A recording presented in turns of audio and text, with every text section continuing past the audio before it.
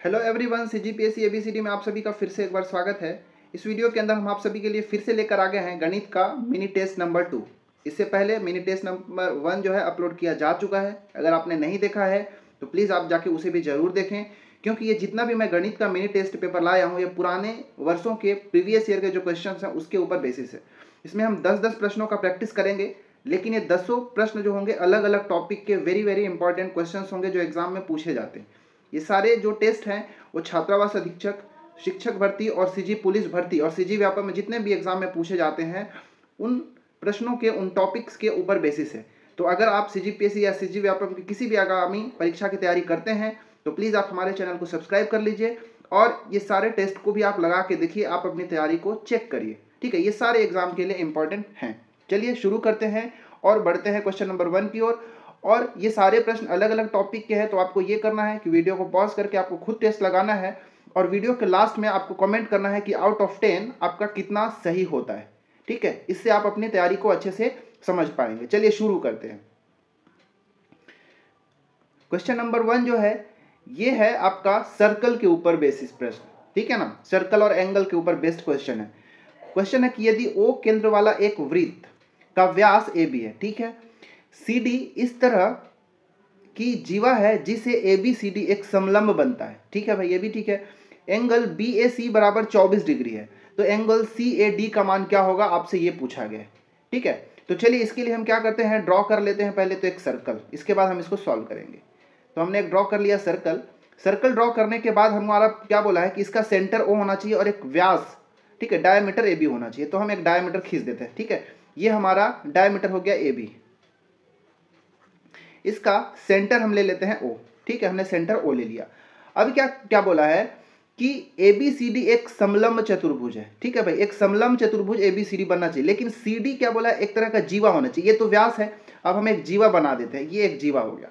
ठीक है, व्यास जो है केंद्र से होकर गुजरता है, लेकिन जीवा जो है कोई जरूरी नहीं है कि केंद्र से होके ही जाए, लेकिन व्यास जो होता है किसी भी वृत्त का सबसे बड़ा जीवा होता है, याद रखिएगा। जीवा को कहते हैं कॉर्ड और व्यास को कहते हैं डायमीटर। तो हम इसको ए बी सी डी, हम इस क्रम में ए बी सी डी लिख रहे हैं ताकि हमारा ए बी सी डी एक समलंब चतुर्भुज भी बन जाए। तो हमने ऐसे ड्रॉ कर दिया। ठीक है, अब हमने ये पूरा ड्रॉ कर दिया, एक जीवा सी डी, ए बी हमारा एक व्यास हो गया। अब क्या बोला है देखिए, एंगल बी ए सी 24 डिग्री। बी ए सी देखिए कहाँ पे है, ये बी ए और ये सी, ये 24 डिग्री का कोण बनना चाहिए। तो हम क्या करते हैं, इसको हम ऐसे ज्वाइन कर देते हैं डॉट लाइन से, ताकि इस कोण को हम दिखा सके कि ये 24 डिग्री का कोण है। ठीक है, उम्मीद है आपको ये समझ में आ गया होगा। अब हमको निकालना है कि सी ए डी क्या होगा। एंगल सी ए डी, ये वाला एंगल को हमको बताना है कि कितना होगा। ठीक है, ये वाला एंगल को निकाल के हमको बताना है कि कितना होगा। चलो हम इसको एक्स मान लेते हैं ताकि हमको सॉल्व करने में आसानी हो जाए। चलिए अब इसको सॉल्व करते हैं। एक काम करते हैं, इसको भी हम यहाँ पे ड्रॉ कर लेते हैं, क्योंकि हमारा एक समलंब चतुर्भुज एबीसीडी बनना चाहिए था, तो हमने बना दिया। अब देखिए, एक त्रिभुज, एक जो वृत्त के अंदर बनने वाला एक कोण, याद रखिएगा कि वृत्त के ऊपर जैसे व्यास, वृत्त का व्यास से अगर कोई लाइन ऐसे खींच के कोई ट्रायंगल बनाया जाए, ठीक है, जैसे यहाँ पे एक वृत्त का व्यास ए बी है, ए से लेके सी तक ऐसे ज्वाइन किए, ठीक है, तो अर्धवृत्त पर बना हुआ कोई भी कोण वो 90 अंश का होता है। यहाँ पे अगर इसको देखेंगे तो 90 डिग्री का आपको मिलेगा। ठीक है, याद रखना है। तो हमारा इस त्रिभुज में, त्रिभुज ए सी बी में अगर जाएंगे तो ये त्रिभुज, किसी भी त्रिभुज के तीनों कोणों का योग 180 होता है। ये वाला हो गया 90, क्योंकि मैंने बताया कि अर्धवृत्त पर बना कोण कितना होता है, 90 अंश का होता है। और ये है 24, ये 90, ये 24, और ये वाला जो पार्ट बच जाएगा, क्योंकि ये तो ऑलरेडी 90 है, 180 में 90 हटा दो, बच गया 90। तो 90 में अगर आप 24 आप घटाएंगे तो हमको ये वाला कोण जो है हमको ये मिल जाएगा। ठीक है, तो ए वाला एंगल ए बी सी कितना मिलेगा, 90 में से 24 घटाने पर जो मिलेगा वही मिलेगा, 90 डिग्री माइनस 24 डिग्री। तो 90 में अगर आप 24 घटाएंगे तो 66 डिग्री हमको मिल गया ये वाला कोण। क्लियर है इतना? अब देखिए, ये पहला चीज हो गया। क्या मैंने बताया पहला इंपॉर्टेंट, क्या कि अर्धवृत्त पर बना हुआ कोण क्या होता है, 90 डिग्री का होना चाहिए। उसी के अकॉर्डिंग हमने यहाँ पे लाया है। अब देखिए, अब हमको एक चीज और पता है कि ये किसी भी वृत्त के ऊपर, मान लो एक वृत्त है और यहाँ पे इसके चारों भुजा जो है वृत्त के ऊपर है, चारों यहाँ पे कोण, ठीक है, चारों जो शीर्ष है कोण जो है वृत्त के ऊपर है, तो उसको हम कहते हैं साइक्लिक क्वाड्रिलेटरल या चक्रीय चतुर्भुज कहते हैं। और चक्रीय चतुर्भुज का गुण ये होता है कि आमने सामने के कोणों का योग 180 होता है। ठीक है, मतलब कहने का ये एबीसीडी एक साइक्लिक क्वाड्रिलेटरल हो गया। ये वाला 66 है, तो ये वाला कोण और ये वाला कोण, इन दोनों कोणों का योग 180 होना चाहिए। तो अगर हमको एंगल ए डी सी निकालना पड़े, ठीक है, अगर हमको एंगल ADC निकालना पड़े तो हम क्या करेंगे, अगर 180 डिग्री में इस 66 डिग्री को, ये वाला पार्ट को घटा दे तो हमको ये वाला कोण मिल जाएगा। घटाएंगे तो मिलेगा 114 डिग्री, जो कि हमको ये वाला कोण मिल गया। हमको ये x वाला वैल्यू निकालना है, ठीक है। क्या बोला हूँ, एंगल CAD फाइंड आउट करना है। CAD ये वाला कोण निकालना है, जिसको मैंने x नाम दिया है। इस चीज को हमको निकालना है, ठीक है।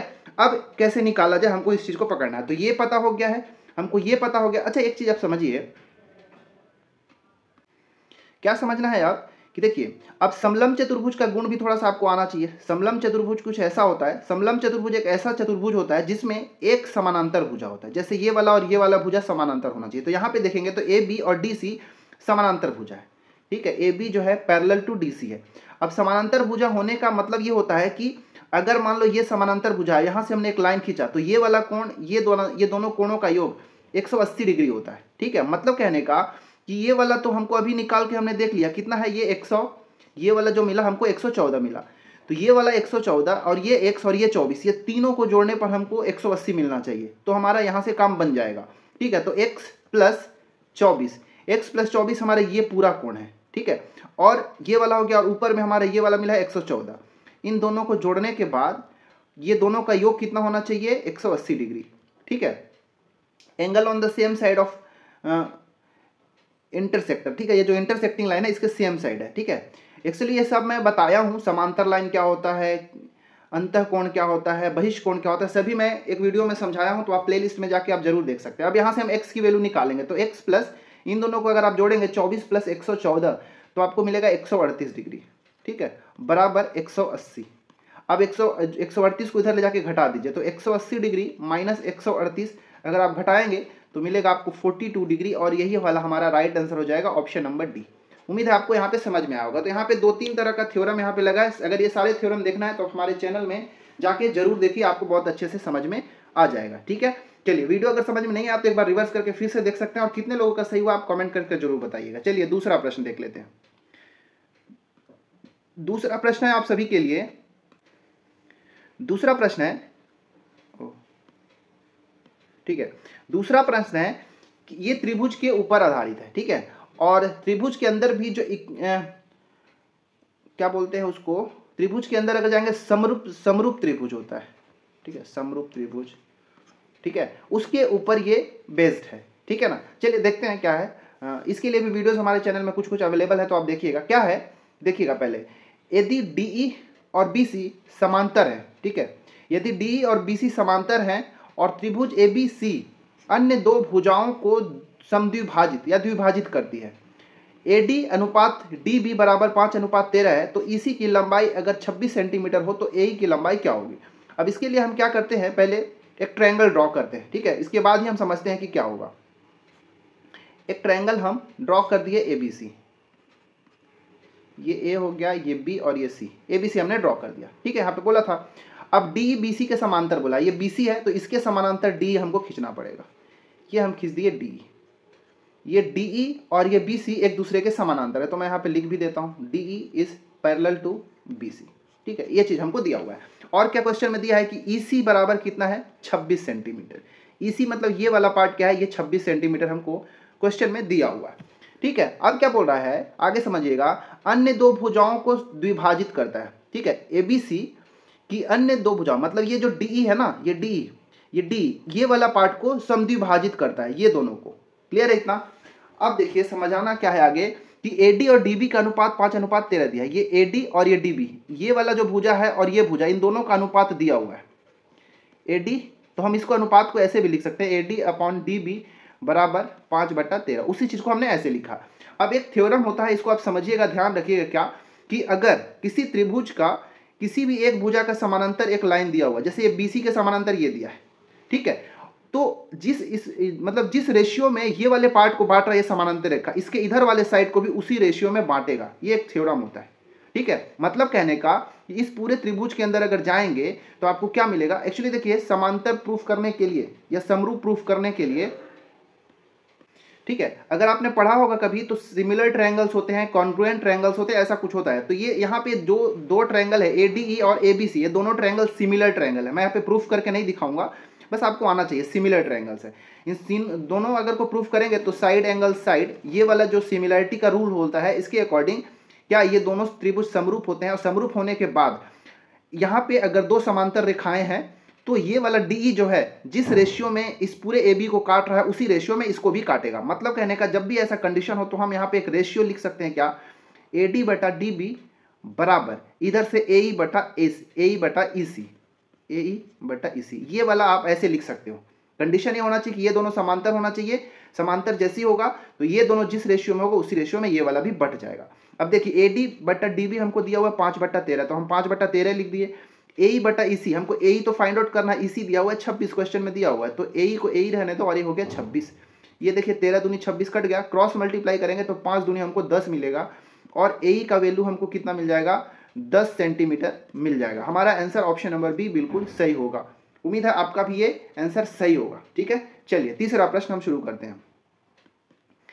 तीसरा प्रश्न आप सभी के लिए ये सरफेस एरिया एंड वॉल्यूम, आयतन और संपूर्ण पृष्ठ या फिर पृष्ठ के आधार पर जो क्वेश्चन है उसके ऊपर बना हुआ है। हमारे चैनल में वीडियोस अवेलेबल है, प्लेलिस्ट में, मैथ्स वाले प्लेलिस्ट में आप जाके जरूर देखिएगा। प्रश्न है कि बेलनाकार वस्तु का आयतन 13,860 घन सेंटीमीटर है। ठीक है, इसके आधार की परिधि 132 सेंटीमीटर है, तो बेलनाकार वस्तु के पृष्ठ का क्षेत्रफल कितना होगा, वक्र पृष्ठ। ठीक है, वक्र पृष्ठ का क्षेत्रफल कितना होगा वो बताना है।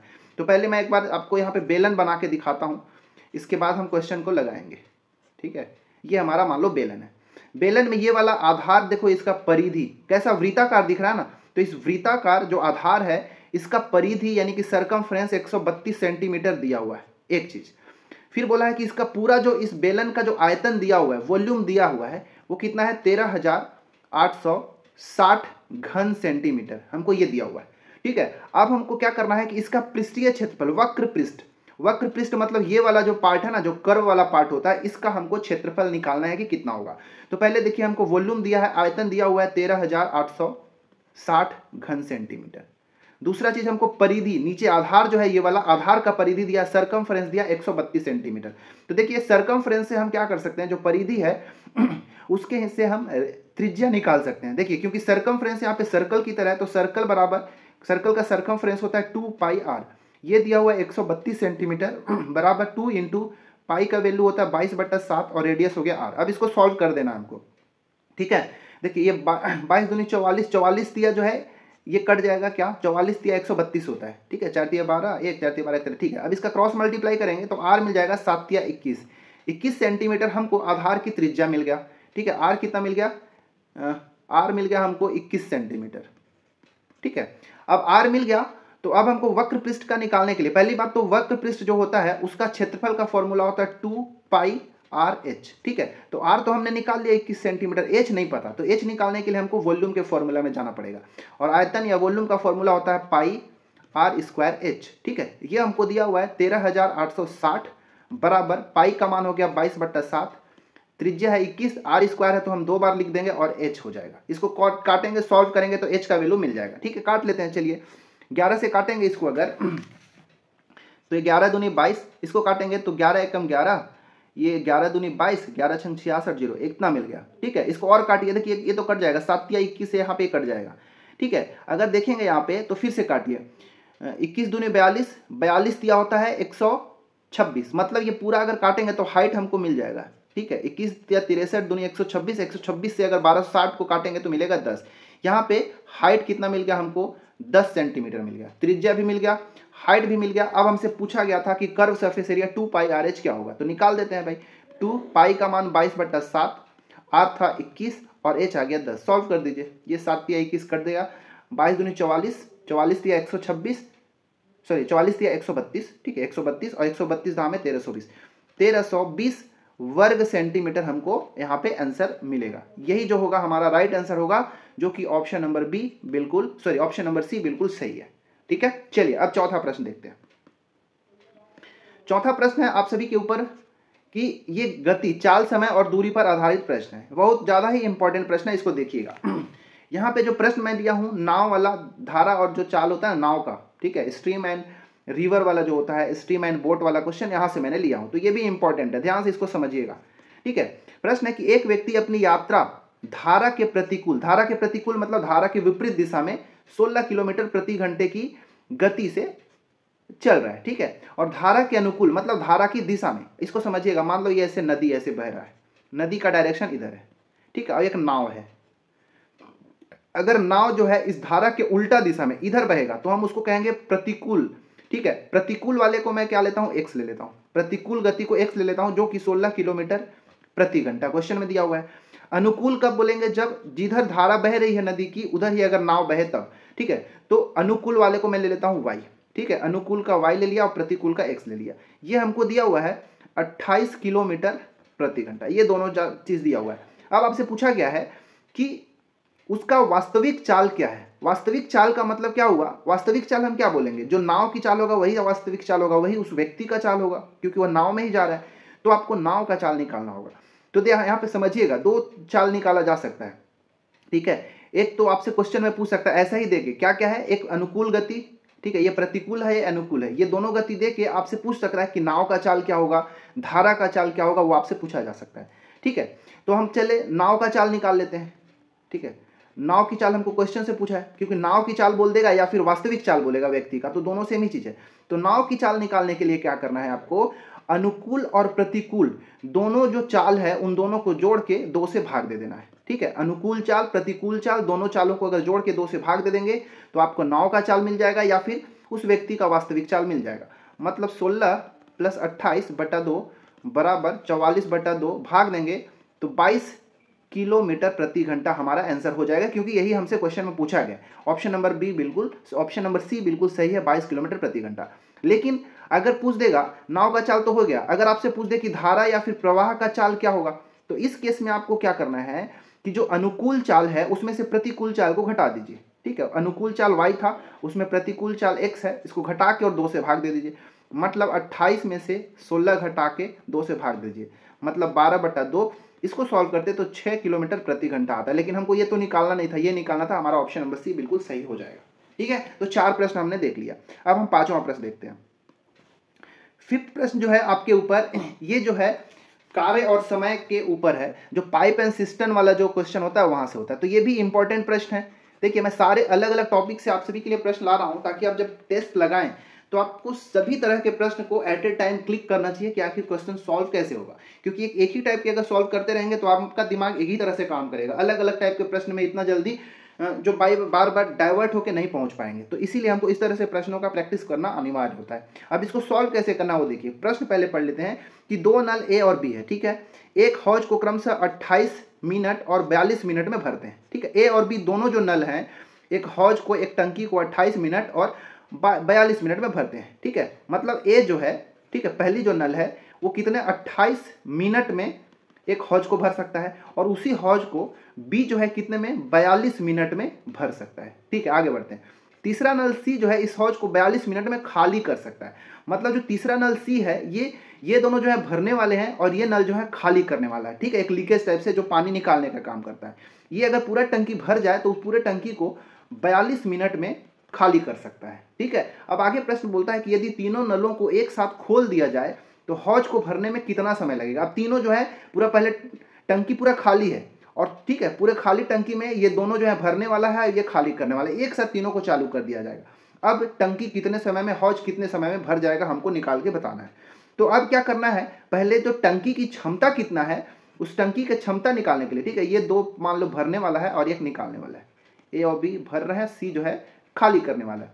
अब इस पूरे टंकी की क्षमता निकालना होगा कि आखिर इसमें कितना लीटर पानी आता होगा।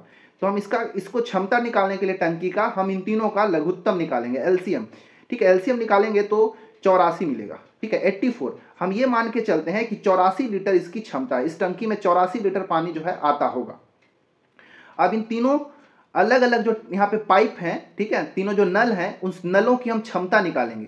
तो क्षमता कैसे निकालेंगे, क्षमता का मतलब क्या कि 1 मिनट में पहला नल कितना पानी भर सकता है, 1 मिनट में दूसरा नल कितना पानी भर सकता है, और तीसरा नल जो कि निकालने वाला है, पानी खाली करने वाला है, 1 मिनट में कितना लीटर पानी खाली करता होगा। अब इसके लिए हमको क्या करना है, इस पूरा जो टंकी की जो कैपेबिलिटी है, जो क्षमता है, कैपेसिटी है, उसको भाग देना होगा।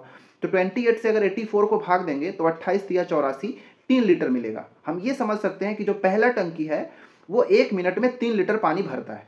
दूसरी टंकी जो है उसकी क्षमता निकालने के लिए 84 को अगर हम 42 से भाग देंगे तो मिलेगा 2 लीटर। मतलब कहने का कि जो दूसरी टंकी है वो 2 लीटर पानी 1 मिनट में भरता है। अब तीसरा टंकी जो है निकालने वाला है, खाली करने वाला है, तो 42 दूनी 84 ये भी, ये जो है 2 लीटर पानी जो है निकालता है 1 मिनट के अंदर, ठीक है। मतलब ये दोनों भरने वाला है तो हम ये दोनों को प्लस प्लस लिख देते हैं, और ये वाला जो है निकालने वाला तो इसको माइनस कर देते हैं। अब हमने तीनों टंकी को चालू किया है तो ये पहला और दूसरा जो है भरने का काम करेगा, तीसरा जो है 2 लीटर निकालने का काम करेगा। मतलब 1 मिनट में पूरा काम होने वाला है। तो 3 2 5 लीटर ये दोनों भर दिए, लेकिन उसी 1 मिनट में ये 2 लीटर निकाल रहा है। तो 5 में से 2 घटा दिए, ये काट भी देंगे तो चलेगा, और 3 लीटर।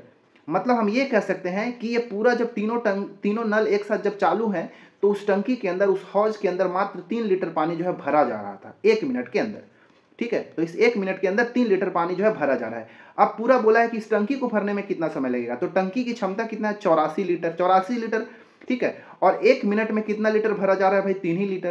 तो इसको हम भाग देंगे, तो लीटर से लीटर कट गया, 28 या 84 कट गया। मतलब कहने का कि इस तरह से तीनों अरेंजमेंट रहेगा तो 28 मिनट के अंदर ये पूरा टंकी भर जाएगा, और हमारा ऑप्शन नंबर बी बिल्कुल राइट आंसर हो जाएगा, ठीक है। देखिए ये सब क्वेश्चन को समझाने में मुझे इतना टाइम लग रहा है, नहीं तो ये मुश्किल से 30 सेकंड का क्वेश्चन था, इसको सॉल्व किया जा सकता था, ठीक है ना। चलिए, तो वर्क एंड टाइम का भी वीडियोस हमारे चैनल में अवेलेबल है, पाइप वाला भी और मजदूरों के ऊपर भी, ठीक है। अलग अलग टाइप वाइज क्वेश्चन सॉल्व किया, तो आप उस वीडियो को भी जाके जरूर देखिएगा। चलिए, छठवां प्रश्न देख लेते हैं अब। क्वेश्चन नंबर 6 है आप सभी के लिए कि एक धन 2 वर्ष का चक्रवृद्धि ब्याज 410 रुपये है, ठीक है। एक धन का 2 वर्ष का चक्रवृद्धि ब्याज 410 रुपये है, और उसी धन का 2 वर्ष का ही साधारण ब्याज 400 रुपये है। तो ब्याज की दर कितना होगा हमको ये कैलकुलेट करके बताना है, ठीक है। तो ये बहुत आसानी प्रश्न है, ये CISI के ऊपर क्वेश्चन है, एग्जाम में पूछे जाते हैं, ठीक है। तो आप जाके इसको जरूर देखिएगा, हमारे चैनल में अवेलेबल है, ठीक है। अब इसको कैसे सॉल्व किया जाए, तो इसको सॉल्व करने का एक बहुत आसान तरीका है, आपको याद रखना है। जब भी इस तरह का 2 वर्ष का जब भी समय दिया होगा और उसी 2 वर्ष में उसी धन का चक्रवृद्धि ब्याज और साधारण ब्याज दिया हो, अगर आपसे दर पूछ लिया तो आपको कुछ नहीं करना है, दर या फिर रेट का परसेंट निकालने के लिए क्या करना है, जो CI रहेगा और SI रहेगा, ठीक है, इन दोनों का डिफरेंस निकाल के जो समय 2 वर्ष रहेगा उसका गुणा करके, ठीक है, इंटू 100 कर देना है, और नीचे में हमको जो ब्याज है साधारण ब्याज उसको नीचे लिख के सॉल्व कर देना, हमारा आंसर आ जाएगा।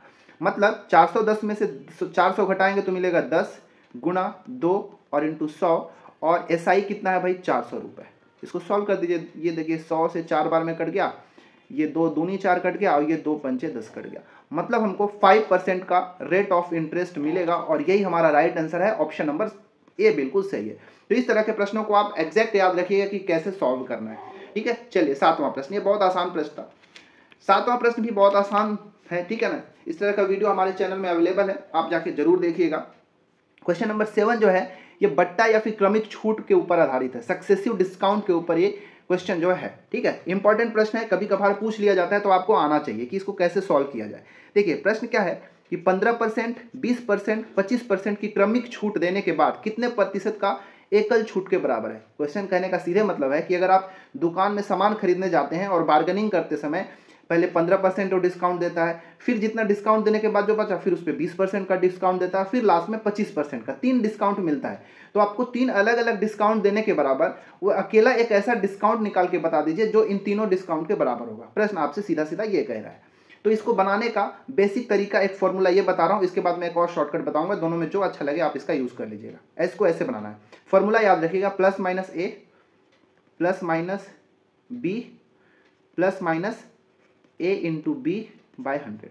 यहाँ से आप बना सकते हैं। देखिए अब यहाँ पे मैं a और b दो ही डाटा को लेंगे, लेकिन तीसरा इसको भी सॉल्व करने के लिए पहले ये दोनों को a दोनों को मिला के एक सिंगल बट्टा में कन्वर्ट करना होगा, सिंगल छूट में, फिर उसका इसके साथ करना पड़ेगा।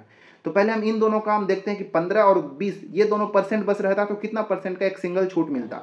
तो जब भी डिस्काउंट, क्योंकि छूट है तो हमेशा माइनस लेना है यहाँ पे, ठीक है। छूट है तो ये माइनस का पहले 15 लिए, बी वाला भी छूट ही है तो माइनस का 20 ले, वृद्धि रहता तो हम प्लस ले लेते। अब जब ये दोनों सेम रहेगा तो आपको यहाँ पे प्लस ले लेना है, अलग अलग रहता तो माइनस ले लेना है, ठीक है। इसके बाद 15 गुणा 20 बटा 100 ये लगा देना है। तो ये 20 पंचे 100, 5 दिया 15, ठीक है। देखिए दोनों माइनस का है तो माइनस का 35, माइनस के 35 में अगर 3 जोड़ेंगे तो मिलेगा आपको माइनस का 32%। मतलब कहने का कि केवल 15 और 20% का एकल छूट पूछता ना तो 32% के बराबर होता, लेकिन हमको एक ठो और दिया है। अब 25 और ये 32 का छूट लेके बनाना है, तो सेम फॉर्मूला फिर लगाएंगे, डिस्काउंट ही है तो -32 और ये वाला सी वाला ले लीजिए -25, दोनों माइनस माइनस का है तो यहाँ पे ले लीजिए 25, 32 गुना 25 बटा 100 काट दीजिए, 25 चौके 100, 4 अट्ठे 32, ये दोनों को अगर आप जोड़ेंगे तो 32 और 5 37 ये 57, ठीक है। 57 माइनस ये माइनस 57 और ये प्लस का 8 आया है, इसको सॉल्व करेंगे तो माइनस का 49% मिलेगा। माइनस का है मतलब डिस्काउंट मिला है, मतलब इन तीनों छूट के बराबर 49% का इक्वल डिस्काउंट मिल सकता है। एक मेथड तो ये हो गया। दूसरा मेथड निकालने का एक और बहुत आसान तरीका है, बहुत करना क्या है वो देखिएगा। 15% है, 15% का अगर आप भिन्न में बदलेंगे तो क्या होगा। 15% का मतलब 15/100 काटेंगे तो 5 दिया 15, 20 पंचे 100, 3/20 मिला। पहले सभी प्रतिशत को भिन्न में निकालना होगा। 20% का मतलब होता है क्या 1/5 और 25% का मतलब होता है 1/4, ठीक है। अब यहीं से हमको लगाना है 3/20, डिस्काउंट मिला है मतलब 20 में 3 डिस्काउंट करके लिख दीजिए। 20 में 3 डिस्काउंट करेंगे तो 17, ये 20 में 3 घटा के यहाँ पे 17। दूसरे में गए 5 और 1/5 है तो 5 में 1 का डिस्काउंट हुआ तो 5 और 4, ठीक है। तीसरे में गए 1/4 है, 4 में 1 का छूट मिला मतलब 4 और 3, ठीक है। अब देखिए ये ऐसा हो गया। अब कुछ कटे ना तो इधर वालों को इधर से काट सकते हो, जैसे ये 4 और ये 4 काट दिए, काम बन गया। यहाँ पे देखेंगे तो ये देखिए 20 पंचे 100 और तो नहीं कट रहा है, एक ही साइड वालों को नहीं काटना है, अलग अलग साइड को काटना है। तो 20 पंचे 100 यहाँ पे मिल गया, ये 17×51 यहाँ पे मिलेगा। अब कहने का मतलब कि 100 रुपये का कोई कीमत था, ओवरऑल तीनों डिस्काउंट करने पर 51 रुपये में बेचा गया। तो कितने का डिस्काउंट मिला भाई, देखिए यहाँ पे कितने का डिस्काउंट मिला, 49 का डिस्काउंट मिला, 49 रुपये का। पर ये तो डायरेक्ट हमारा आंसर मिल गया, लेकिन अगर परसेंट पूछ देगा तो -49 बटा ये प्रारंभिक रूप से था, इसको 100 और इंटू 100 से गुणा करिए, ये और ये कट गया। माइनस का 49% का मतलब माइनस का मतलब डिस्काउंट मिला। हमारा ऑप्शन नंबर बी बिल्कुल राइट आंसर है। 40% का डिस्काउंट, 49% का डिस्काउंट मिल जाएगा, ठीक है। चलिए 8वां प्रश्न अब देखते हैं। चलिए 8वां प्रश्न है आप सभी के लिए, ये 8वां प्रश्न जो है ये आपका प्रॉफिट लॉस पर क्वेश्चन आ गया। प्रश्न क्या है कि चीनी का कीमत 10% कम हो जाने पर एक उपभोक्ता 270 रुपये में 5 किलोग्राम चीनी ज़्यादा खरीद सकता है। तदनुसार चीनी की मूल कीमत और कम हुई कीमत में अंतर प्रति किलोग्राम कितना है, आपको ये बताना है। बहुत आसान प्रश्न है, इस तरह का प्रश्न पहले भी कराया जा चुका है, हमारे चैनल में अवेलेबल भी है, तो आप जाके जरूर देखिएगा, ठीक है। ये इंपॉर्टेंट प्रश्न है, कई बार से लोग छोड़ देते हैं, गलत बना लेते हैं। तो इसको समझना है बहुत आसान। इसको समझना कैसे कि ये जो पहले परसेंट है 10%, इसको आप चुपचाप भिन्न में बदल दीजिए। 10% का मतलब होता है 10/100, काट पीट देंगे तो मिल जाएगा 1/10, ठीक है। अब देखिए पहले जो कीमत लिख लेते हैं, ठीक है। कीमत, ये एक्चुअल कीमत यहाँ पे नहीं, क्योंकि हमने प्रतिशत को भिन्न में बदला तो यहाँ पे एक्चुअल कीमत नहीं मिलेगा, यूनिट या फिर इकाई के रूप में मिलेगा। मतलब कीमत को समझिए क्या, ये मान लो 10 रुपये शुरू में कीमत था, ठीक है। 10% का डिस्काउंट कम हुआ, चीनी की कीमत में 10% का कम हुआ, मतलब जब 10 रुपया था 10 इकाई था, अब 1 रुपये 1 इकाई कम हुआ तो 10 से हो गया 9, ये हो गया उसके कीमत में कमी, 10 इकाई से 9 इकाई हो गया। अब कीमत में जब कमी होता है तो उसका खरीदी में वृद्धि होगा, ठीक है, उसका बिक्री का अमाउंट बढ़ जाएगा, ठीक है ना। मतलब कितना क्वांटिटी की बात आएगा, ठीक है, यहाँ पे क्वांटिटी की बात होगा। तो क्वांटिटी निकालने के लिए आपको क्या करना है, इसको जस्ट उल्टा कर देंगे, क्योंकि कीमत अगर कम हो जाएगा तो क्वांटिटी ज़्यादा मिलने लगेगा। रेसिप्रोकल होता है, व्युत्क्रमानुपाती होता है। ये 10 से 9 है तो जो उसका जो क्वांटिटी होगा, मात्रा जो होगा, ठीक है, वो क्या हो जाएगा, उल्टा हो जाएगा, 9 से लेके 10 हो जाएगा, ठीक है। ये मात्रा मिल गया। अब इस पूरे का मतलब क्या हुआ देखिए, मतलब अगर इसको मान लो पैसा मान के समझाता हूँ और किलो मान के समझाता हूँ, तो इस रेशियो से हमने क्या पाया कि अगर 10 रुपया कीमत था तो 10% डिस्काउंट होने के बाद 9 रुपया कीमत होने लगा, ठीक है। अब 10 रुपया किलो के हिसाब से था, ठीक है, तो 10 रुपया में मान लो 9 किलो मिलता था, तो जब कीमत 9 रुपया हो गया तो 9 रुपया में 10 किलो मिलने लगा। तो मात्रा पे इस तरह से असर पड़ता है। अब पैसा जो है उपभोक्ता हमेशा 270 रुपया ही लेके जाता था, ठीक है, तो 270 रुपया में पहले इतना मिलता था, अब इतना मिलने लगा। तो यहाँ पे क्या बोला, 5 किलोग्राम चीनी की मात्रा अधिक मिल रही है, लेकिन यहाँ पे एग्जैक्ट तो है नहीं। 9 मिलता था, अब जब मात्रा मतलब कीमत कम हुआ तो 9 से कितना मिल गया, 10 इकाई मिलने लगा। 9 इकाई से 10 इकाई, कितना एक्स्ट्रा यहाँ पे मिल रहा है, 1 एक्स्ट्रा मिल रहा है। लेकिन इस 1 एक्स्ट्रा के बदले में क्वेश्चन में क्या बोला है कि 5 किलोग्राम एक्स्ट्रा या फिर ज़्यादा मिल रहा है, मतलब 1 जो है 5 किलो के बराबर है। मतलब ये 5 गुना है कि नहीं, बिल्कुल है। अगर ये 5 गुना है तो आप इसको भी 5 से गुणा कर दीजिए, मतलब 10 × 5 = 50 किलो। मतलब अब कितना मिल रहा है भाई, 50 किलो मिल रहा है। पहले कितना मिलता था, कितने रुपए में, 270 रुपये की बात आ रही, 270 रुपये में अब 50 किलो मिल रहा है। 270 रुपये में पहले कितना मिलता था, तो इसको भी 5 गुना करिए, तो 9 × 9 = 45। मतलब पहले 45 किलोग्राम मिलता था 270 रुपये में, और अब कितना मिलता है, 50 किलो मिलता है। इसका मतलब ये हो गया। अब आपसे पूछा है कि कीमत में क्या अंतर हुआ। अब देखिए आप बता सकते हैं कि पहले का कीमत कितना रहा होगा भाई, 270 रुपये में पहले 45 किलो मिलता था, तो 270 को अगर 45 से भाग देंगे तो 45 छिका 270 होता है। मतलब पहले 6 रुपये कीमत था, नया कीमत क्या भाई, क्योंकि अब जो है 270 रुपये में कितना मिल रहा है, 50 किलो मिल रहा है। तो अब नया कीमत कैसे कैसे कैसे निकालोगे, 270 को 50 से भाग दोगे तो ये और एक कट जाएगा, और इसको अगर काटेंगे 27 को 5 से अगर आप भाग देंगे तो आपको मिलेगा 5.4, ठीक है, 5.4 रुपये। पहले 6 रुपये कीमत था, अब 5.4 रुपये कीमत था। तो कितने पैसे का अंतर हो गया, हमसे अंतर पूछा है पहले की कीमत में तो अभी की कीमत में। ये 6 रुपये का मतलब हो गया 600 पैसा, ये 5.4 रुपये का मतलब हो गया 540 पैसा। अंतर हो गया कितना, 60 पैसे का अंतर हो रहा है। ठीक है, हमारा आंसर है ऑप्शन नंबर बी। उम्मीद है आपको समझ में आया होगा और आपका भी राइट आंसर आया होगा। नहीं आया होगा तो इस कॉन्सेप्ट को समझ लीजिएगा, बहुत इंपॉर्टेंट है, आगे भी वीडियोज़ में इसका यूज़ मैं करूँगा आगे के प्रश्नों में। चलिए नौवां प्रश्न है आप सभी के लिए कि 36 विद्यार्थियों की औसतन 52 अंक प्राप्त हुए, ठीक है, किंतु बाद में पता चला कि 64 को गलती से 46 पढ़ लिया गया है। तो अंकों का सही माध्य मतलब समझ लीजिए एवरेज, औसत क्या होगा। ठीक है, ये क्वेश्चन जो है औसत के ऊपर है, और औसत के प्रश्न जो है हॉस्टल वार्डन में पूछे जाते हैं, सीजी वेप्टम के सारे एग्जाम में पूछे ही जाते हैं, तो आपको आना चाहिए। ठीक है, चलिए इसको कैसे बनाएंगे। देखिए औसत का सीधी से मतलब मैं पहले ही बता चुका हूँ, आंकड़ों का योग बटे आंकड़ों की संख्या। तो जब भी आंकड़ों का योग निकालना हो, ठीक है, सम ऑफ ऑब्जर्वेशन निकालना हो, तो हमको क्या करना होता है, जितनी संख्या है, तो टोटल आंकड़े कितना है, 36 है भाई। ठीक है, और प्रत्येक जो विद्यार्थी हैं उनको औसत कितना अंक प्राप्त हुआ है, 52 अंक प्राप्त हुआ है। तो औसत को उनके आंकड़ों से गुणा कर दीजिए, तो ये हमको यहाँ पे चीज मिलेगा। तो अगर आप 36 और 52 का अगर आप गुणा करेंगे तो मिलेगा आपको 1872। मतलब ये कह लीजिए कि ये 36 विद्यार्थियों का औसत जो अंकों का जो योग है, ठीक है, सभी विद्यार्थियों को मिल गया 1872 है।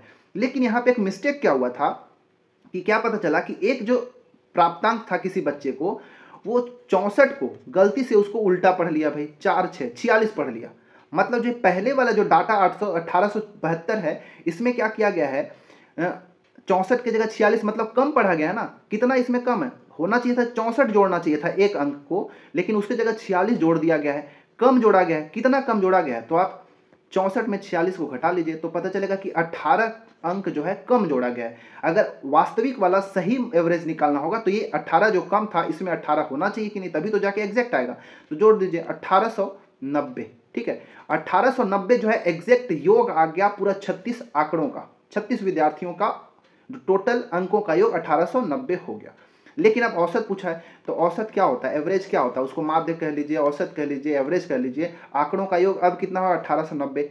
टोटल विद्यार्थी कितने हैं, 36 है, आंकड़े तो 36 हैं। इसको अगर आप भाग देंगे तो आपको मिल जाएगा 52.5, जो कि है ऑप्शन नंबर डी, बिल्कुल हमारा राइट आंसर हो जाएगा। ठीक है, चलिए अब 10वां प्रश्न देखते हैं। आज का वीडियो का 10वां और आखिरी प्रश्न है आप सभी के ऊपर, जो कि अनुपात के ऊपर है, रेशियो के ऊपर है। ठीक है, रेशियो का हमारे चैनल में 2-3 वीडियोस अवेलेबल है, तो आप जाके जरूर देखिएगा, बहुत अच्छे से समझाया हूँ, बहुत नए तरीके से आपको समझाया हूँ। प्रश्न है कि यदि 177 को 1/2 अनुपात 2/3 अनुपात 4/5 के अनुपात में 3 भागों में विभक्त किया जाए तो दूसरा भाग क्या होगा, ये बीच वाला भाग क्या होगा हमको बताना है। तो पहले रेशियो क्या क्या दिया है उसको लिख लेते हैं, 1/2, 2/3 और 4/5, ये 3 रेशियो दिया हुआ है। ठीक है, पहली बात तो इस रेशियो को हम सिंप्लीफाई करना सीखते हैं, आसान बनाना सीखते हैं कि कैसे इसको आसान किया जाए। तो इसको आसान बनाने के लिए आपको क्या करना है, 2 3 5 इन तीनों का एलसीएम निकालेंगे, लघुत्तम। ठीक है, जो हर में संख्या जो रहेगा डिनोमिनेटर में, उन सभी का आप लघुत्तम निकाल दीजिए। 5 दिया 15 दूनी 30, 30 मिल जाएगा लघुत्तम। अब क्या करना है, 30 को 2 से भाग दीजिए, मतलब क्या करना है, इसके लिए 1/2 गुना 30 कर दीजिए, तो ये देखिए 15 बार में कट जाएगा, मतलब 15। फिर 2/3 है, इसको भी 30 से गुणा करिए, तो 3 दाह में 30 और 10 दूनी 20, मतलब ये हो गया 20 अनुपात। ये 4/5 है, इसको भी 30 का गुणा कर दिए, 5 × 31, 6 × 4 = 24। ठीक है, मतलब नया इसी का सिंप्लीफाइड जो रेशियो बन गया, क्या बन गया, 15 20 24 का, इस रेशियो में ही बांटना है। ठीक है, अब बीच वाले का पूछा है कि बीच वाला कितना होगा। देखिए अब क्या करना है, तो बीच वाला का मात्रा कितना होगा, तो ये 20 है, तो 20 लिख दीजिए ऊपर। टोटल 15 20 और 24, इन तीनों को आप जोड़ के लिख दीजिए नीचे, नीचे जोड़ने पे आपको मिलेगा 59। ठीक है, और कितने को बांटना है भाई, 177 को बांटना है, तो आपको क्या कर देना है, 177 का ऊपर गुणा कर देना है। 59 तिया 177 होता है और 20 तिया 60, तो 60 जो है बीच वाला जो है विभक्त करेंगे 3 पार्ट में, तो जो बीच वाला होगा वो कितना होगा 60 हो जाएगा। हमारा आंसर ऑप्शन नंबर डी हो जाएगा। अगर ये वाला लास्ट वाला निकालना होता तो हम क्या करते, 24 लिखते, तीनों का योग कितना है 59, तो नीचे लिखते 177 यहाँ लिख देते, 59 दिया 177, 24 दिया 72, 72 जो है तीसरा वाला आता। पहला निकालना होता तो 15/59 गुना 177 करते, तो इस तरह से मिल जाता। इस प्रकार हमने इस वीडियो के अंदर भी 10 अलग अलग टॉपिक के 10 प्रश्नों का हमने प्रैक्टिस किया। आपको वीडियो कैसा लगा कमेंट करके जरूर बताइएगा। 10 में से आपका कितना सही हुआ वो भी आप जरूर बताइएगा, ताकि मैं एक अनुमान लगा सकूं कि आपका कितना तैयारी है। ठीक है, और इसके बाद भी अगर किसी तरह का डाउट होता है तो आप हमारे टेलीग्राम चैनल में जाएं और बताएं कि सर इस टॉपिक का हमारे लिए वीडियोस ला दीजिए, हमसे नहीं बन रहा है। मैं उस टॉपिक का लाने का जरूर कोशिश करूंगा।